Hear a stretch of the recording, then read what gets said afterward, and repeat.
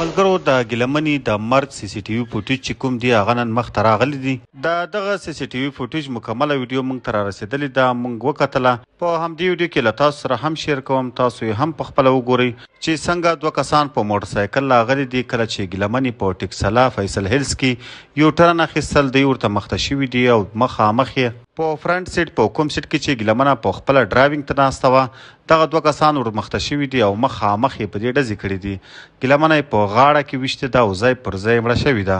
کله چې ګیلمنه په غاړه لګېدلې ده هغه بېهوشه شوې ده، مړه شوې ده، نو ګاډی هم د دې له کنټرول څخه وتی او په دیوال لګېدلی. ملګرو د ګیلمنې د واقعې سی سی ټي وي فوټیج هم راغلل، خو نن 5مه ورځ ده چې د هغې قاتلان آزاد ګرځي او یو هم نه دی نیول شوی. تېره ورځ د راولپنډۍ پولیسو اعلان کړی و چې موږ د خیبر پښتونخوا له پولیسو څخه مرسته غوښتې ده چې د ګیلمنې قاتلانو په نیولو کې له موږ سره مرسته وکړي.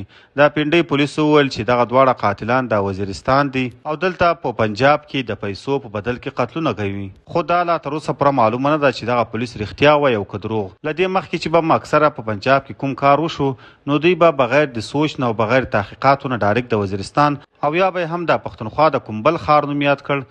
کله یې هم داسې نه دی ویلي چې دغه مجرمین د پنجاب دي.